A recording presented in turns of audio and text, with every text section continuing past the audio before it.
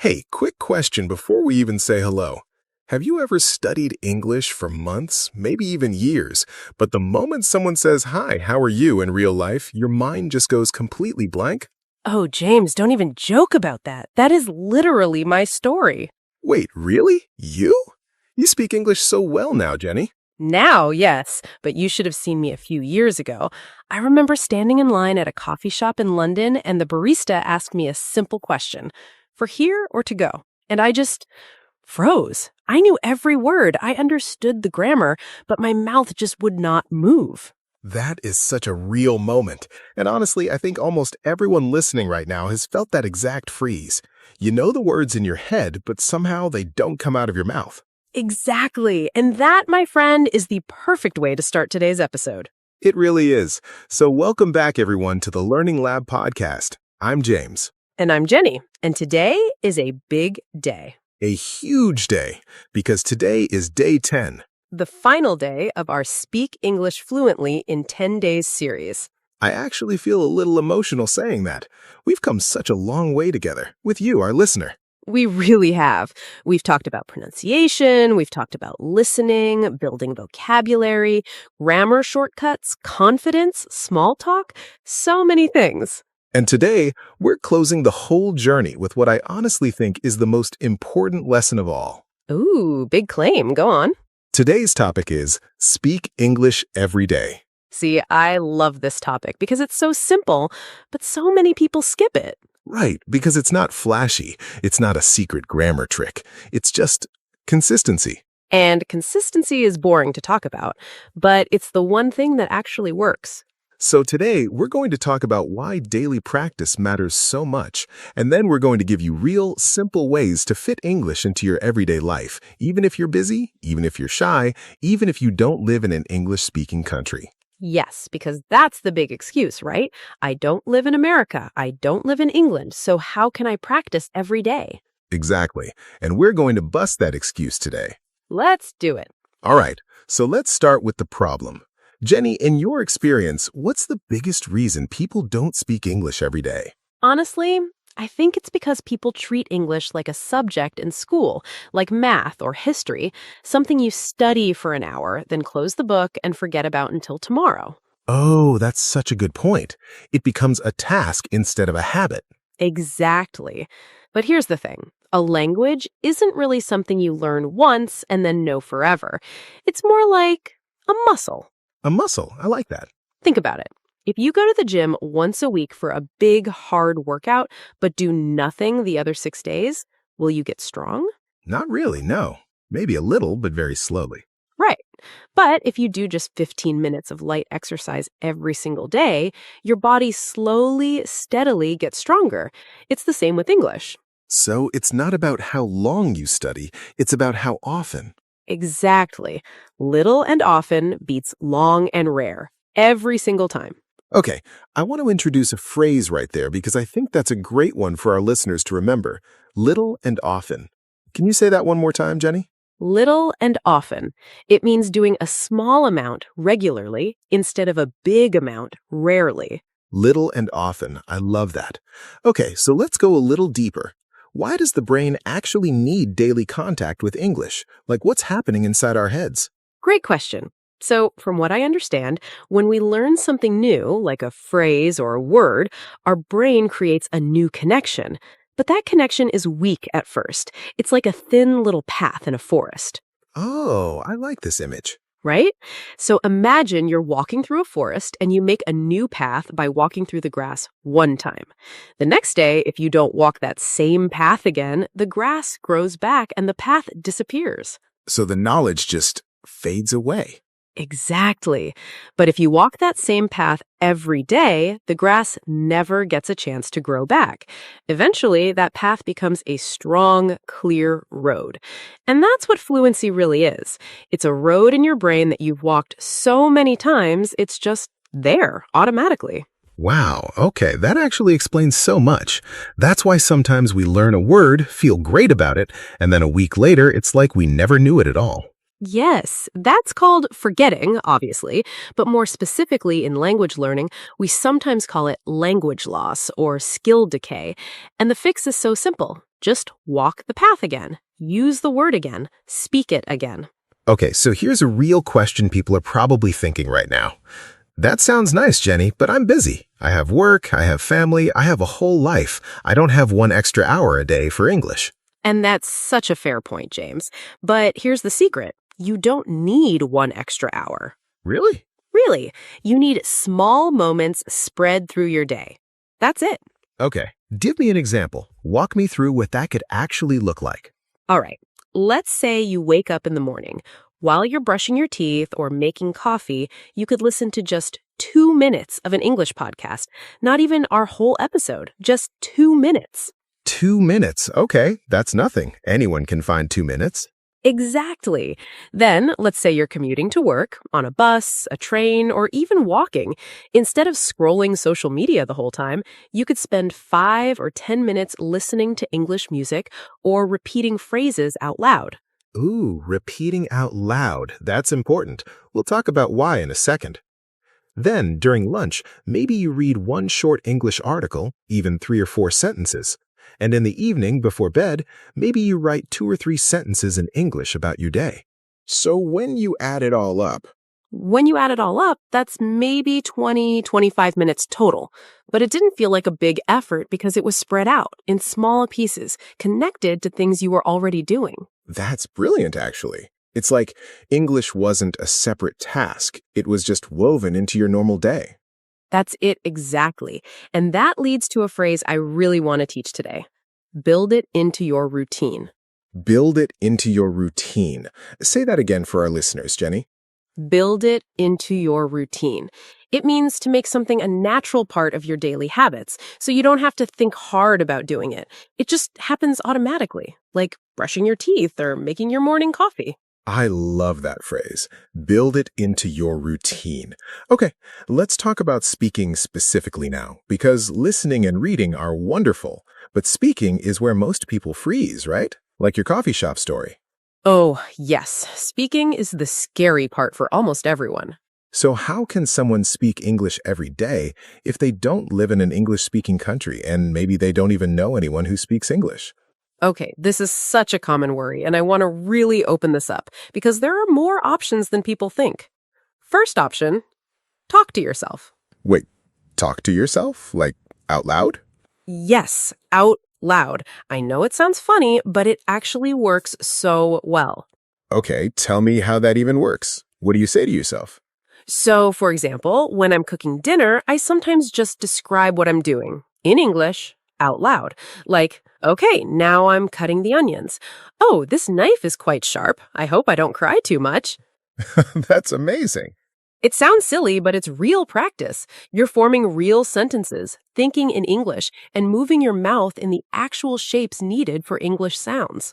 Oh, that mouth shape point is so important because pronunciation isn't just about knowing the sound, it's about training your mouth muscles to make that sound easily. Exactly. It's like exercise for your mouth and tongue. So, talking to yourself, that's phrase number 1 for speaking practice. What's another option for someone who maybe feels too shy even to talk to themselves out loud? Okay, great question. Second option, and this one is wonderful, find a language exchange partner. Tell our listeners what that means exactly. So a language exchange partner is someone who is learning your language while you're learning theirs. So, for example, imagine you speak Spanish and you're learning English. You could find someone who speaks English and is learning Spanish. Oh, I see. So you help each other. Exactly. You spend 15 minutes speaking English together, then 15 minutes speaking Spanish together. It's completely free, and it's honestly one of the best ways to practice real conversation. And where would someone even find a partner like that? There are some really popular apps for this, like Tandem or HelloTalk. You just make a profile, say what language you speak and what language you're learning, and you can message or even video call people from all over the world. That's such a great tip.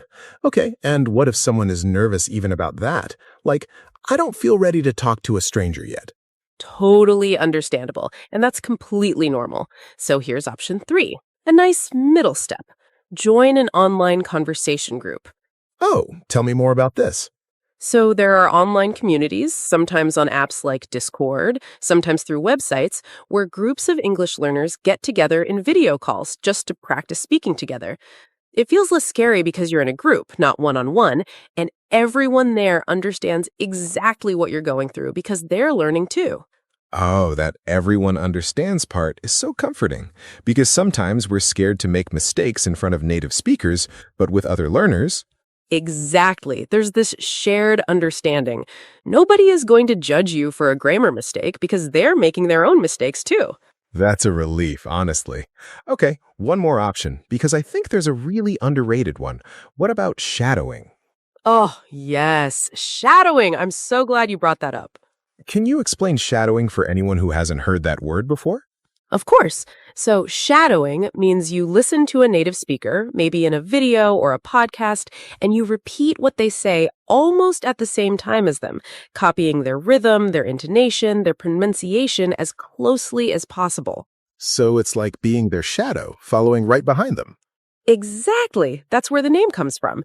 And it's such a powerful technique because you're not just learning words, you're absorbing the natural music of English, the rise and fall, the stress on certain words, the connected sounds.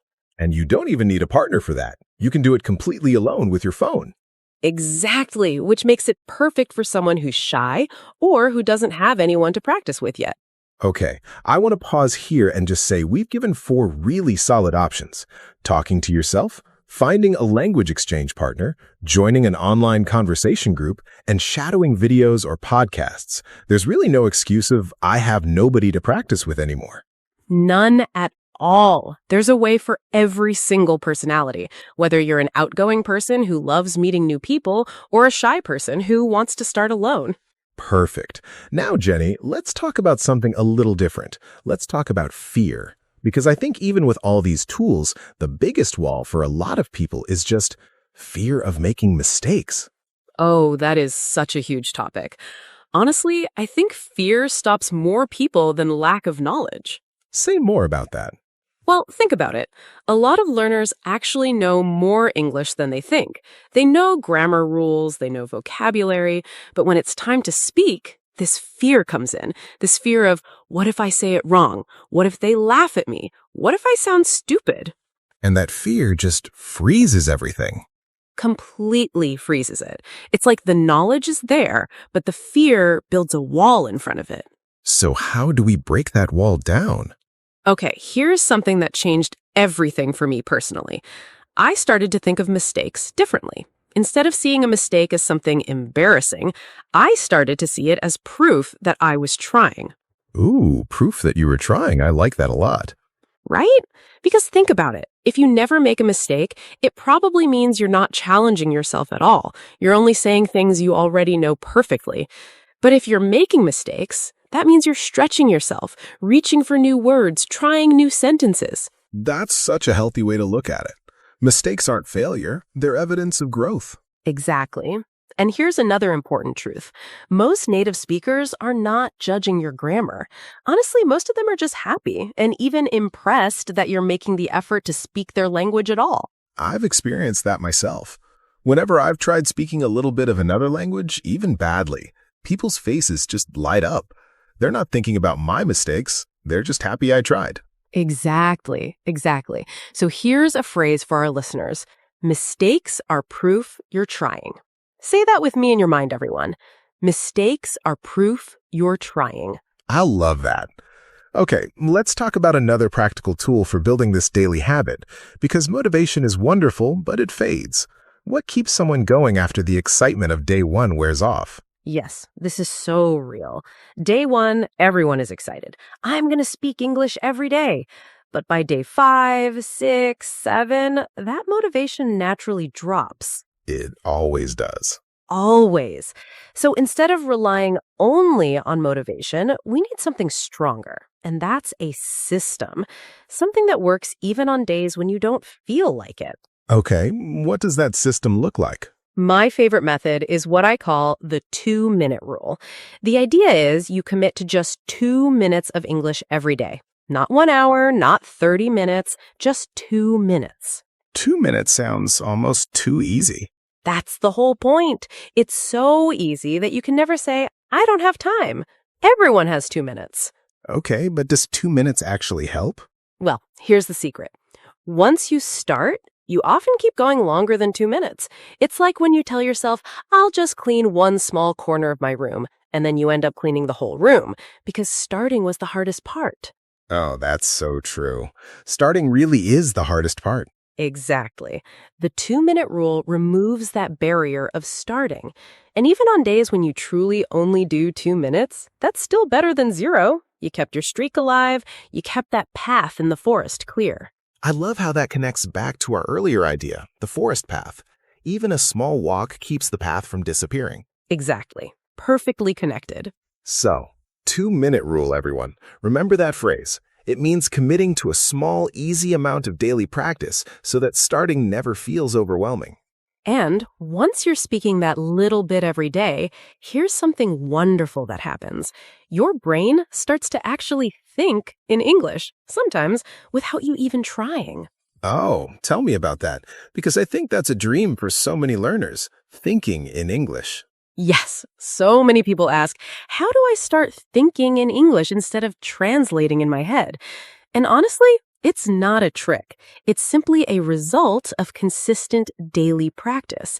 The more your brain hears and produces English regularly, the less it needs to translate through your first language. So it's not a separate skill you learn, it's a natural result of daily habit. Exactly. It comes automatically as a gift from consistency. I love that. A gift from consistency. Okay, Jenny, I want to bring up one more piece of this puzzle, and that's surrounding yourself with English even outside of formal study time. Oh, yes. This is often called creating an English environment or immersion, even if you don't travel anywhere. Right, because you don't need a plane ticket to create immersion. Not at all. You can change the language on your phone to English. You can watch your favorite shows with English subtitles instead of your native language. You can follow English social media accounts. Oh, that's such a simple one. Changing your phone language. It seems tiny, but you interact with your phone probably 100 times a day. If just a little bit of that is in English, it adds up to real exposure without any extra effort. It's kind of sneaky in a good way. Exactly. It's like hiding vegetables in a delicious meal. You're getting the nutrition without even noticing the effort. I love that comparison. Okay, so let's say someone's listening right now and they're thinking, okay, I'm convinced. I want to speak English every day starting today. What would you say is the very first, simplest step they should take? I would say don't try to build a huge, perfect plan today. Just choose one small thing. Maybe it's, I will listen to 2 minutes of English while I make my coffee tomorrow morning. That's it. Just one small promise to yourself. One small promise. I like that a lot, because big plans often collapse under their own weight, but small promises are easy to keep. Exactly. And once that small habit feels natural, after maybe a week or two, you can add another small piece. Maybe now you also shadow a short video during lunch. Then maybe a few weeks later, you add a weekly conversation with a language partner. So it grows slowly and naturally, like layers building on top of each other. Exactly. Like building a house. You don't build the roof first, you build a strong foundation, one small piece at a time. I really love that image. Okay, before we wrap up, Jenny, I want to ask you something personal. Looking back on your own journey, from that frozen moment at the coffee shop to now, what's the one thing you'd tell your past self about speaking English every day? Oh, that's such a lovely question. Honestly, I would tell myself, you don't need to feel ready. You just need to start small and start today. I used to think I needed to know a lot before I could start speaking daily. But really, speaking daily is exactly how you get to know a lot. That's beautiful. Speaking daily is how you learn, not something you do after you've already learned. Exactly. It's the process, not the reward at the end. That's a powerful way to close this part of the conversation. All right, everyone. Let's take a moment now and gently look back over everything we've talked about today in our final day of this 10-day journey. Yes, let's recap it nice and easy. So we started by talking about why daily practice matters so much, comparing English to a muscle and to a path in a forest. If you don't walk that path regularly, the grass grows back and the knowledge fades. And we learned the beautiful phrase little and often, meaning small amounts of practice done regularly work far better than one big session done rarely. Then we talked about how to build English into your day without needing extra time, connecting it to things you already do like your morning coffee, your commute, your lunch break. And we learned the phrase build it into your routine, making English a natural part of your day, not a separate stressful task. Then we moved into speaking specifically and gave 4 wonderful options for daily speaking practice: talking to yourself out loud, finding a language exchange partner, joining an online conversation group, and shadowing videos or podcasts. So many good options there for every personality type. Then we talked honestly about fear and how mistakes are actually a wonderful sign, not something to be ashamed of. Mistakes are proof you're trying.